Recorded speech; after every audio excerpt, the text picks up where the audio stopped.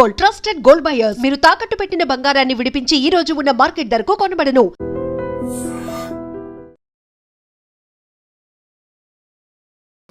Marriage love మ్యారేజా మీరు? లేదు, అరేంజ్ మ్యారేజ్.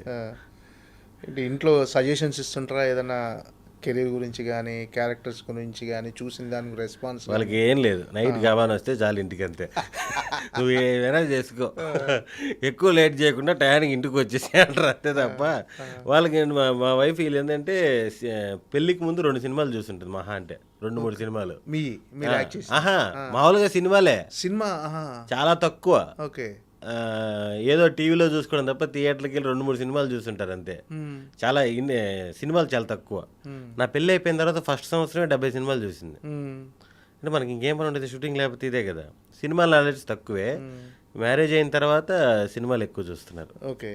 అంటే మీకు చెప్తుంటారా సజెషన్, బాగా చేసావు, బాగా చేస్తే చెప్తుంటారు, బాగా చేయకపోతే అదే మంచి రోజులు పెద్ద రోజులు అయితే చెప్తుంటారు, సోషల్ మీడియాలో పెడుతుంటారు స్టేటస్లు అవి ఇవి. ఓకే. అంటే ఎర్లీ మ్యారేజా మీది? ఎర్లీ మ్యారేజ్ అంటే 2000, నాకు 26 ఇయర్స్ ఉన్నప్పుడు మ్యారేజ్ అయిపోయింది. ఎందుకంటే వీడు ఇండస్ట్రీకి వెళ్తున్నాడు ఆ భయంతోనే చేసేసారు, ఫోర్స్ కాదు కానీ చెప్పే చేశారు. ఇండస్ట్రీకి వెళ్తే ఎలా ఉంటుందో పరిస్థితి తెలియదు.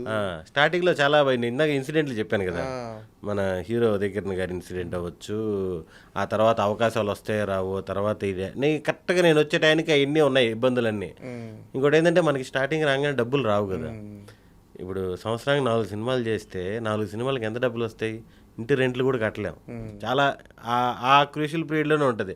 దాంట్లో మన ఇంట్లో డబ్బులు అడిగామంటే ఎక్కడో తెలియకుండా వద్దు వచ్చే అంటారు కదా. ఆ టైంలో స్టార్టింగ్ స్టేజ్లోనే మ్యారేజ్ అయిపోయింది. ఓకే.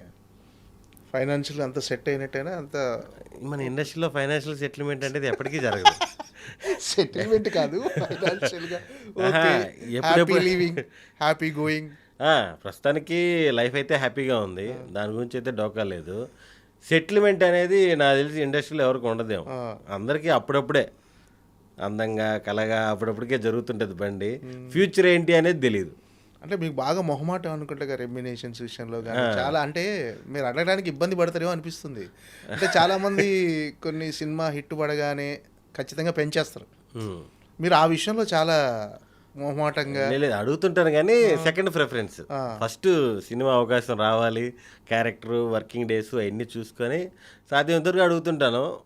అది ఎవరో ఒకరు తెగొడతారు కదా ఇండస్ట్రీలో. అంటే మొన్న ఒకరితో మామూలుగా మాట్లాడుతుంటే, మామూలుగా అందరూ ఫుల్ పేమెంట్లు వస్తే డబ్బింగ్, పేమెంట్ రాకపోతే డబ్బింగ్ కూడా చెప్పరు, ఫ్రాంక్గా మాట్లాడుకున్నాడు. అంటే కొంతమంది ఖచ్చితంగా వాళ్ళ పేమెంట్ అంతా అయిన తర్వాత, కానీ మీరు మాత్రం అవేం పట్టించుకోకుండా మొత్తం ముందు వర్క్ పూర్తి చేసి తర్వాతే పేమెంట్ అంటారు తెలిసింది.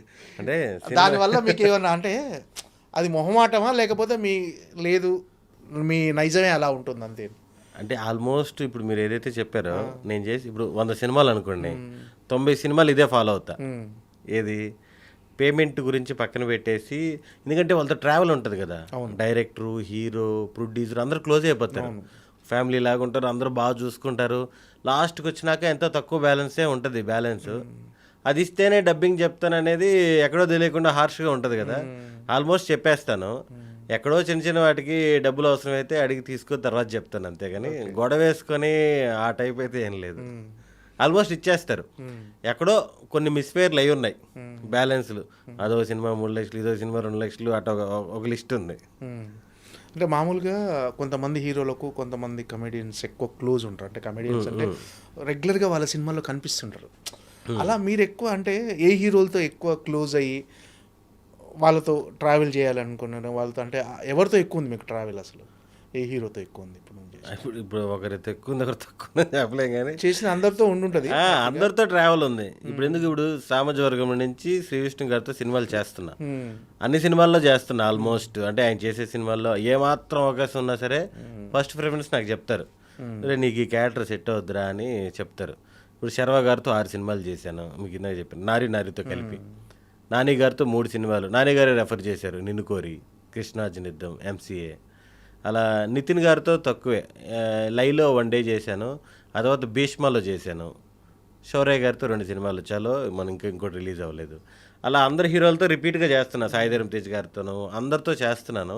సంతోష్ శోభన్తో 4-5 సినిమాలు, సుహాస్ది ఫస్ట్ సినిమా, ఇప్పుడు సుమంత్ ప్రభాస్ది ఒకటి చేస్తాను. అట్లా అందరు హీరోలతో ర్యాపో ఉంది, మంచి రిలేషన్ ఉంది మనకి. మీకు ఇందాక చెప్పినట్టు నేను వెళ్ళి నా పని నేను చేసుకుని వచ్చేస్తాను కాబట్టి ఏమాత్రం స్కోప్ ఉన్నా సరే మనకు చెప్తారు అందరు హీరోలు.